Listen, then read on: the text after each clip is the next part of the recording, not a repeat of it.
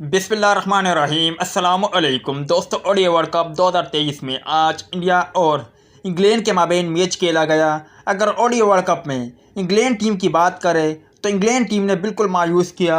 उनके तमाम बल्लेबाजों और गेंदबाजों ने मायूस किया।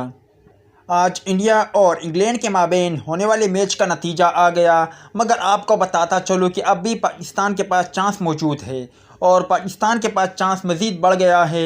अगर अल्लाह ने चाहा और पाकिस्तानी टीम मेहनत करे तो यकीनी तौर पर पाकिस्तान टीम अब भी टॉप 4 में शामिल हो सकता है।